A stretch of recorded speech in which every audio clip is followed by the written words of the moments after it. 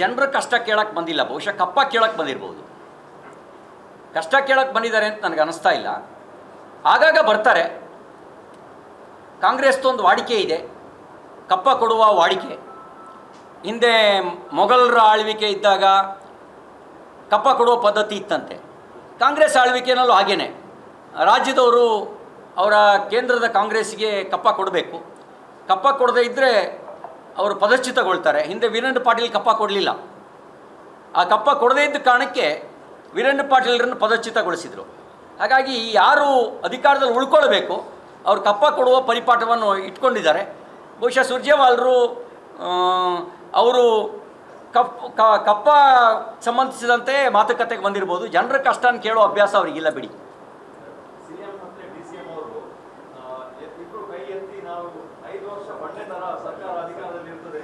ಈಗಾಗಲೇ ಬೆಲೆ ಏರಿಕೆ ಬರೆಯನ್ನು ಜನರಿಗೆ ಹೊರಿಸಿ ಜನ ಅಸಹಾಯಕತೆಯಿಂದ ನರಳಬೇಕಾದ್ರೆ CM DCM ಏನು ಇಡೀ ಕಾಂಗ್ರೆಸ್ ಸರ್ಕಾರವೇ ಕೈ ಎತ್ತಿಬಿಟ್ಟಿದೆ. ಭ್ರಷ್ಟಾಚಾರದ ವಿಷಯದಲ್ಲಿ ಕೈ ಎತ್ತಿಬಿಟ್ಟಿದ್ದಾರೆ. ಭ್ರಷ್ಟಾಚಾರಿಗಳಿಗೆ ಸರೆಂಡರ್ ಆಗಿದ್ದಾರೆ. ಈ ಸರ್ಕಾರ ಸರೆಂಡರ್ ಆಗಿದೆ ಭ್ರಷ್ಟಾಚಾರಕ್ಕೆ ಮತ್ತು ಭ್ರಷ್ಟಾಚಾರಿಗಳಿಗೆ. ಬೆಲೆ ಏರಿಕೆಗೆ ಇವರೇ ಮೂಲ ಕಾರಣರಾಗಿದ್ದಾರೆ. ಹಾಗಾಗಿ ಇವರು ಕೈ ಎತ್ತಿದ್ದಾರೆ ಅಂತ ಜನರಿಗೆ ಅರ್ಥ ಆಗಿದೆ. ಜನ ಕೈಗೆ ಪಾಠ ಕಲಿಸೋದಷ್ಟೇ ಬಾಕಿ ಇರೋದು.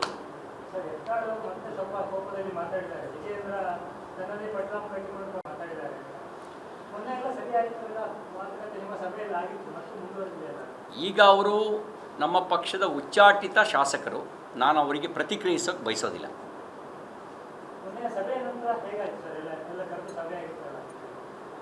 ಅದೊಂದು ನಿರಂತರವಾದ ಪ್ರಕ್ರಿಯೆ.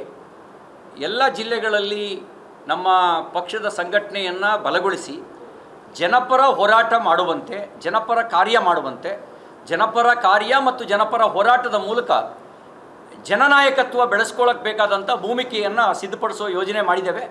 ಕೆಲವು ಜಿಲ್ಲೆಗಳಲ್ಲಿ ಸ್ವಯಂ ಪ್ರೇರಿತವಾಗಿರ್ತಕ್ಕಂಥ ಜನಪರ ಹೋರಾಟ, ಜನಪರ ಕಾರ್ಯ. ಇತ್ತೀಚೆಗೆ ದಕ್ಷಿಣ ಕನ್ನಡ, ಉಡುಪಿಯಲ್ಲಿ ಎಲ್ಲ ಪಂಚಾಯಿತಿಗಳಲ್ಲಿ ಹೋರಾಟ ಮಾಡಿದ್ರು. ಜನರ ಸಲುವಾಗಿ ಹೋರಾಟ ಮಾಡಿದ್ದು. ಅದರಲ್ಲಿ ರಾಜಕೀಯ ವಿಚಾರ ಇರಲಿಲ್ಲ.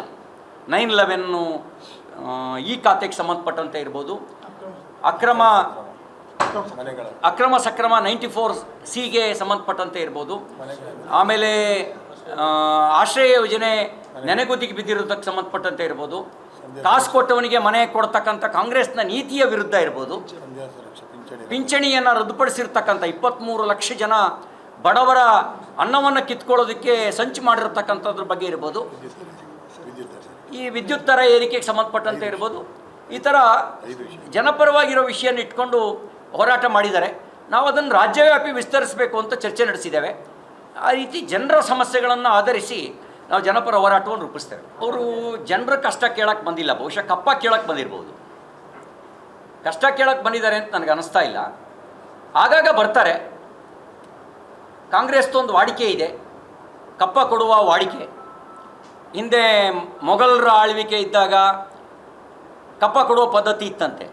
ಕಾಂಗ್ರೆಸ್ ಆಳ್ವಿಕೆಯಲ್ಲೂ ಹಾಗೇ ರಾಜ್ಯದವರು ಅವರ ಕೇಂದ್ರದ ಕಾಂಗ್ರೆಸ್ಸಿಗೆ ಕಪ್ಪ ಕೊಡಬೇಕು. ಕಪ್ಪ ಕೊಡದೇ ಇದ್ದರೆ ಅವರು ಪದಚ್ಯುತಗೊಳ್ತಾರೆ. ಹಿಂದೆ ವೀರೇಂದ್ರ ಪಾಟೀಲ್ ಕಪ್ಪ ಕೊಡಲಿಲ್ಲ. ಆ ಕಪ್ಪ ಕೊಡದೇ ಇದ್ದ ಕಾರಣಕ್ಕೆ ವೀರೇಂದ್ರ ಪಾಟೀಲರನ್ನು ಪದಚ್ಯುತಗೊಳಿಸಿದರು. ಹಾಗಾಗಿ ಯಾರು ಅಧಿಕಾರದಲ್ಲಿ ಉಳ್ಕೊಳ್ಬೇಕು ಅವರು ಕಪ್ಪ ಕೊಡುವ ಪರಿಪಾಠವನ್ನು ಇಟ್ಕೊಂಡಿದ್ದಾರೆ. ಬಹುಶಃ ಸುರ್ಜೇವಾಲರು ಅವರು ಕಪ್ಪ ಸಂಬಂಧಿಸಿದಂತೆ ಮಾತುಕತೆಗೆ ಬಂದಿರ್ಬೋದು. ಜನರ ಕಷ್ಟನ ಕೇಳೋ ಅಭ್ಯಾಸ ಅವರಿಗಿಲ್ಲ ಬಿಡಿ.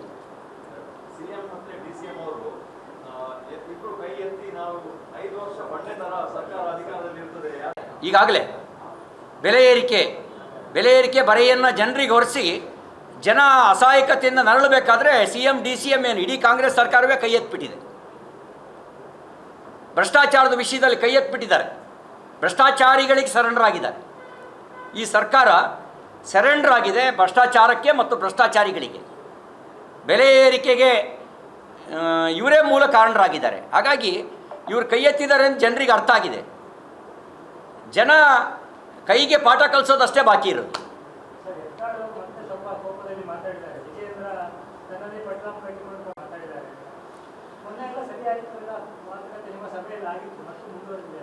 ಈಗ ಅವರು ನಮ್ಮ ಪಕ್ಷದ ಉಚ್ಚಾಟಿತ ಶಾಸಕರು. ನಾನು ಅವರಿಗೆ ಪ್ರತಿಕ್ರಿಯಿಸೋಕೆ ಬಯಸೋದಿಲ್ಲ.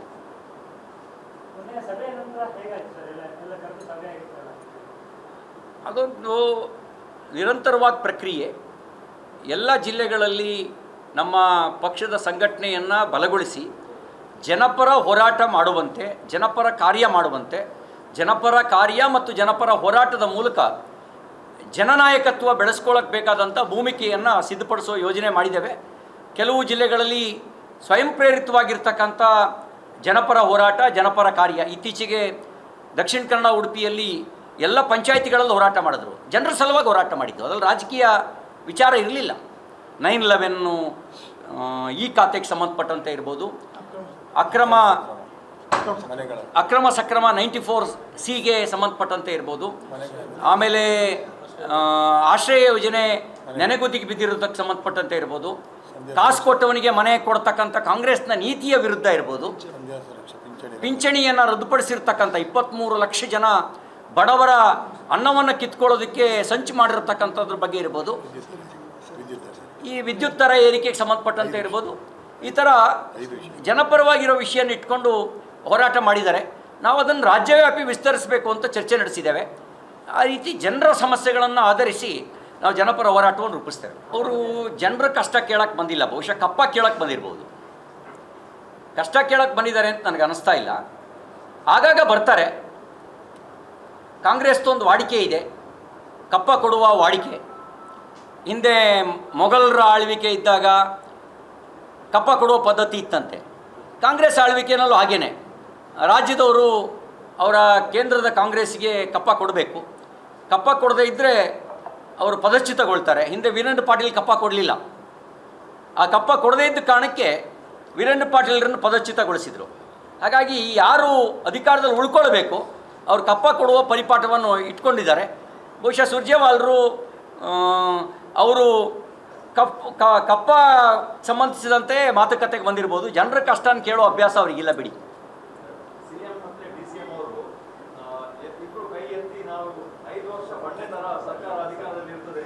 ಈಗಾಗಲೇ ಬೆಲೆ ಏರಿಕೆ ಬರೆಯನ್ನು ಜನರಿಗೆ ಹೊರಿಸಿ ಜನ ಅಸಹಾಯಕತೆಯಿಂದ ನರಳಬೇಕಾದ್ರೆ CM DCM ಏನು ಇಡೀ ಕಾಂಗ್ರೆಸ್ ಸರ್ಕಾರವೇ ಕೈ ಎತ್ತಿಬಿಟ್ಟಿದೆ. ಭ್ರಷ್ಟಾಚಾರದ ವಿಷಯದಲ್ಲಿ ಕೈ ಎತ್ತಿಬಿಟ್ಟಿದ್ದಾರೆ. ಭ್ರಷ್ಟಾಚಾರಿಗಳಿಗೆ ಸರೆಂಡರ್ ಆಗಿದ್ದಾರೆ. ಈ ಸರ್ಕಾರ ಸರೆಂಡರ್ ಆಗಿದೆ ಭ್ರಷ್ಟಾಚಾರಕ್ಕೆ ಮತ್ತು ಭ್ರಷ್ಟಾಚಾರಿಗಳಿಗೆ. ಬೆಲೆ ಏರಿಕೆಗೆ ಇವರೇ ಮೂಲ ಕಾರಣರಾಗಿದ್ದಾರೆ. ಹಾಗಾಗಿ ಇವರು ಕೈ ಎತ್ತಿದ್ದಾರೆ ಅಂತ ಜನರಿಗೆ ಅರ್ಥ ಆಗಿದೆ. ಜನ ಕೈಗೆ ಪಾಠ ಕಲಿಸೋದಷ್ಟೇ ಬಾಕಿ ಇರೋದು.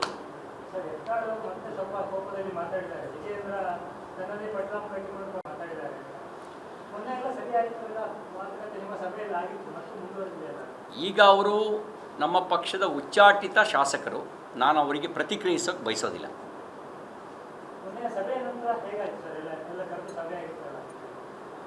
ಅದೊಂದು ನಿರಂತರವಾದ ಪ್ರಕ್ರಿಯೆ. ಎಲ್ಲ ಜಿಲ್ಲೆಗಳಲ್ಲಿ ನಮ್ಮ ಪಕ್ಷದ ಸಂಘಟನೆಯನ್ನು ಬಲಗೊಳಿಸಿ ಜನಪರ ಹೋರಾಟ ಮಾಡುವಂತೆ, ಜನಪರ ಕಾರ್ಯ ಮಾಡುವಂತೆ, ಜನಪರ ಕಾರ್ಯ ಮತ್ತು ಜನಪರ ಹೋರಾಟದ ಮೂಲಕ ಜನನಾಯಕತ್ವ ಬೆಳೆಸ್ಕೊಳ್ಳೋಕ್ಕೆ ಬೇಕಾದಂಥ ಭೂಮಿಕೆಯನ್ನು ಸಿದ್ಧಪಡಿಸೋ ಯೋಜನೆ ಮಾಡಿದ್ದೇವೆ. ಕೆಲವು ಜಿಲ್ಲೆಗಳಲ್ಲಿ ಸ್ವಯಂ ಪ್ರೇರಿತವಾಗಿರ್ತಕ್ಕಂಥ ಜನಪರ ಹೋರಾಟ, ಜನಪರ ಕಾರ್ಯ. ಇತ್ತೀಚೆಗೆ ದಕ್ಷಿಣ ಕನ್ನಡ, ಉಡುಪಿಯಲ್ಲಿ ಎಲ್ಲ ಪಂಚಾಯಿತಿಗಳಲ್ಲಿ ಹೋರಾಟ ಮಾಡಿದ್ರು. ಜನರ ಸಲುವಾಗಿ ಹೋರಾಟ ಮಾಡಿದ್ದು, ಅದರಲ್ಲಿ ರಾಜಕೀಯ ವಿಚಾರ ಇರಲಿಲ್ಲ. 9/11 ಈ ಖಾತೆಗೆ ಸಂಬಂಧಪಟ್ಟಂತೆ ಇರ್ಬೋದು, ಅಕ್ರಮ ಸಕ್ರಮ 94Cಗೆ ಸಂಬಂಧಪಟ್ಟಂತೆ ಇರ್ಬೋದು, ಆಮೇಲೆ ಆಶ್ರಯ ಯೋಜನೆ ನೆನೆಗುದಿಗೆ ಬಿದ್ದಿರೋದಕ್ಕೆ ಸಂಬಂಧಪಟ್ಟಂತೆ ಇರ್ಬೋದು, ಕಾಸು ಕೊಟ್ಟವನಿಗೆ ಮನೆ ಕೊಡ್ತಕ್ಕಂಥ ಕಾಂಗ್ರೆಸ್ನ ನೀತಿಯ ವಿರುದ್ಧ ಇರ್ಬೋದು, ಪಿಂಚಣಿಯನ್ನು ರದ್ದುಪಡಿಸಿರ್ತಕ್ಕಂಥ 23 ಲಕ್ಷ ಜನ ಬಡವರ ಅನ್ನವನ್ನು ಕಿತ್ಕೊಳ್ಳೋದಕ್ಕೆ ಸಂಚು ಮಾಡಿರ್ತಕ್ಕಂಥದ್ರ ಬಗ್ಗೆ ಇರ್ಬೋದು, ಈ ವಿದ್ಯುತ್ ದರ ಏರಿಕೆಗೆ ಸಂಬಂಧಪಟ್ಟಂತೆ ಇರ್ಬೋದು, ಈ ಥರ ಜನಪರವಾಗಿರೋ ವಿಷಯನ ಇಟ್ಕೊಂಡು ಹೋರಾಟ ಮಾಡಿದ್ದಾರೆ. ನಾವು ಅದನ್ನು ರಾಜ್ಯವ್ಯಾಪಿ ವಿಸ್ತರಿಸಬೇಕು ಅಂತ ಚರ್ಚೆ ನಡೆಸಿದ್ದೇವೆ. ಆ ರೀತಿ ಜನರ ಸಮಸ್ಯೆಗಳನ್ನು ಆಧರಿಸಿ ನಾವು ಜನಪರ ಹೋರಾಟವನ್ನು ರೂಪಿಸ್ತೇವೆ.